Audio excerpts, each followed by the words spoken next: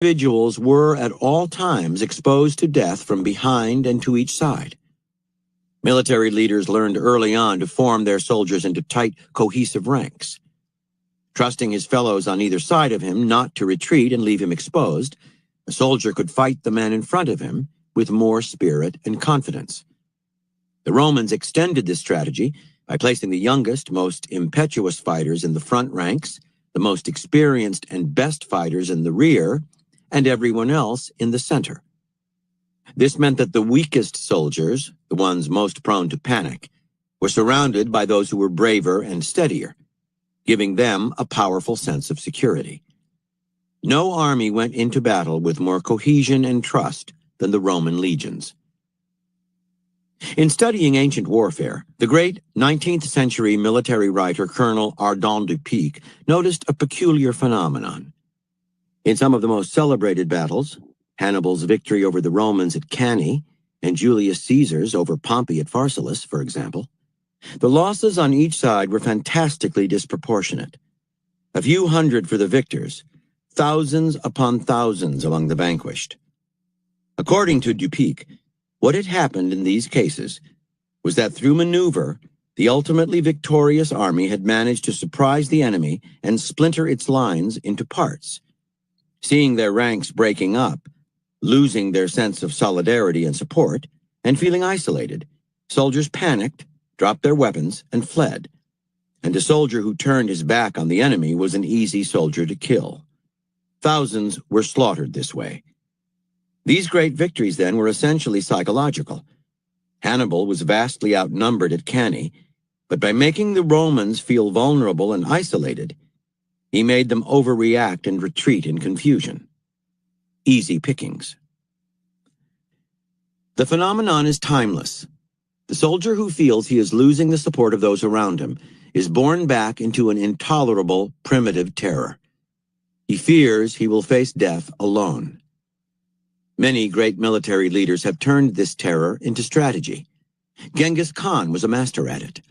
Using the mobility of his Mongol cavalry to cut off his enemies' communications, he would isolate parts of their armies to make them feel alone and unprotected. He worked consciously to instill terror.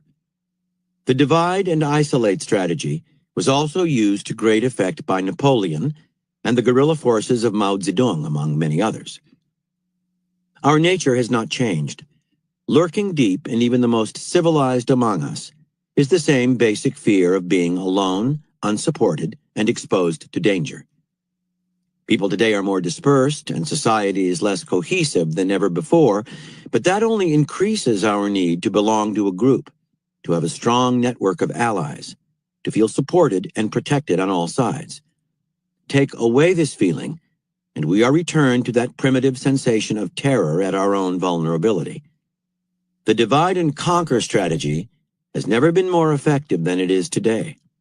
Cut people off from their group, make them feel alienated, alone, and unprotected, and you weaken them enormously. That moment of weakness gives you great power to maneuver them into a corner, whether to seduce or to induce panic and retreat.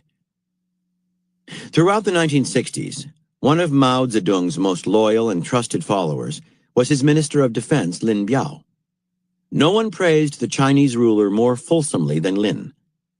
And yet by 1970, Mao had come to suspect that the flattery was a ruse to disguise his intentions. Lin was plotting to be his successor. And what made Lin particularly dangerous was that, as Minister of Defense, he had accumulated allies in the military. Mao went to work with great subtlety.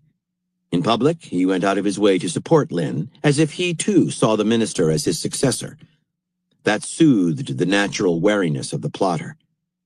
At the same time, however, Mao also attacked and demoted some of Lin's most important supporters in the military. Lin was a bit of a radical, veering left on most issues. Mao urged him to propose some of his more extreme ideas for restructuring the military, secretly knowing that these ideas would prove unpopular. Lin's support among the higher branches of the military slowly began to thin. Lin finally realized what Mao was up to, but it was too late. He had lost his power base. Frustrated and scared, He resorted to plotting a coup d'etat, a desperate act that played straight into Mao's hands. In 1971, Lin died under suspicious circumstances in a plane crash. As Mao understood, in political environments, people depend on their connections even more than on their talents. In such a world, a person whose career seems to be waning is one whom few will want to know. And people who feel isolated will often overreact and do something desperate, which of course just makes them more isolated. So Mao created the impression that Lin was losing his connections. Had he attacked Lin directly, he would have gotten bogged down in an ugly fight. Dividing the minister from his power base, and in the process making him appear to be on the decline, was much more effective. Before you launch an outright attack on your enemies, it is always wise first to weaken them by creating as much division in their ranks as possible. One good place to drive a wedge is between the leadership and the people, whether soldiers or citizenry. Leaders function poorly when they lose their support among the people. So work to make them look authoritarian or out of touch. Or steal their foundation, as the Republican President Richard Nixon did in 1972 by wooing the blue-collar types who had traditionally voted Democrat. He split the Democrats' base.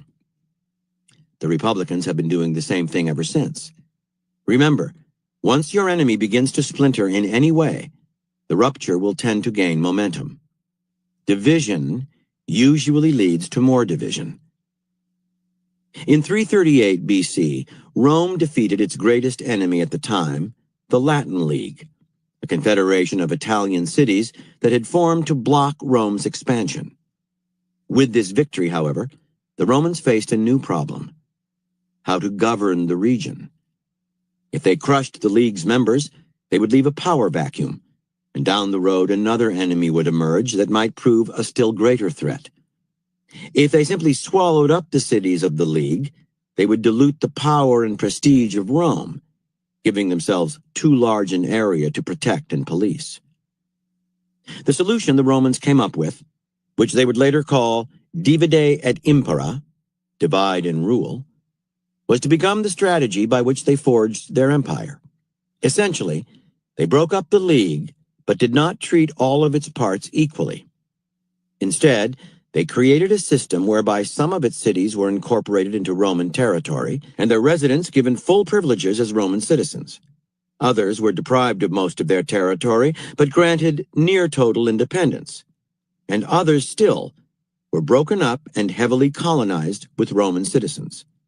No single city was left powerful enough to challenge Rome, which retained the central position.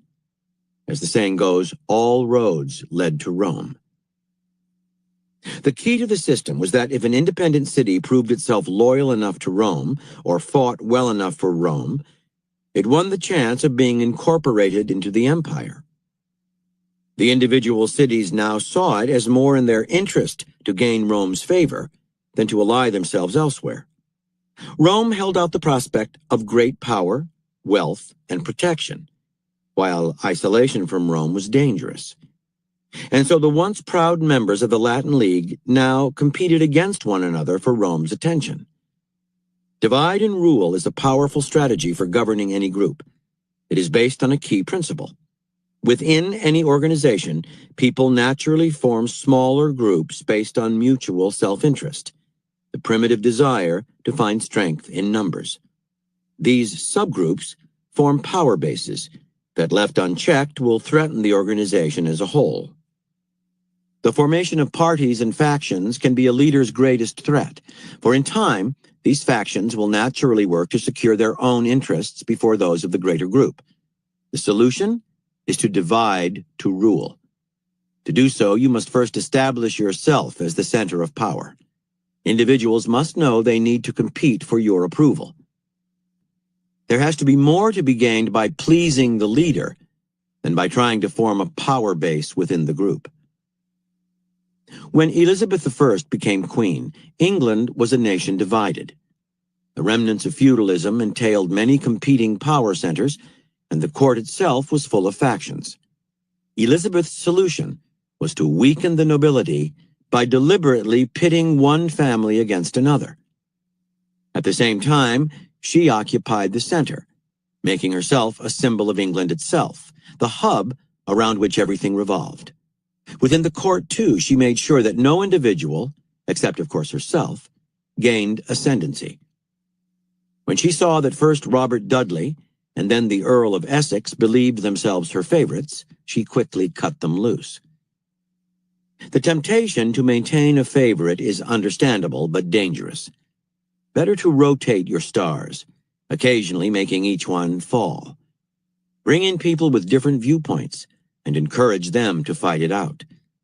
You can justify this as a healthy form of democracy, but the effect is that while those below you fight to be heard, you rule. The film director Alfred Hitchcock faced enemies on all sides: writers, set designers, actors, producers, marketers, any of them quite capable of putting their egos before the quality of the film. Writers wanted to show off their literary skills. Actors wanted to look like stars. Producers and marketers wanted the movie to be commercial. The whole crew had competing interests. Hitchcock's solution, like Queen Elizabeth's, was to take the central position in a variant of divide and rule. His carefully crafted role as a public celebrity was part of this. His movies' publicity campaigns always involved him as spokesperson, and he made bit-part appearances in most of his films, becoming an instantly recognizable, endearingly humorous figure. He put himself in the middle of every aspect of production, from writing the script before the shoot began to editing the film when the shoot was finished. At the same time, he kept all the filmmaking departments, even that of the producer, a little out of the loop. Information about every detail of the film was kept in his head, his drawings, and his notes. No one could bypass him. Every decision went through him. Before the film was shot, for example, Hitchcock would set out in detail the look of the leading lady's costumes. If the costume designer wanted to change anything, she would have to go through him or be caught out in rank insubordination. In essence, he was like Rome. All roads led to Hitchcock. Within your group, factions may emerge quite subtly by virtue of the fact that people who are experts in their area may not tell you everything they're doing. Remember, they see only the small picture. You are in charge of the whole production. If you are to lead, you must occupy the center. Everything must flow through you. If information is to be withheld, you are the one to do it.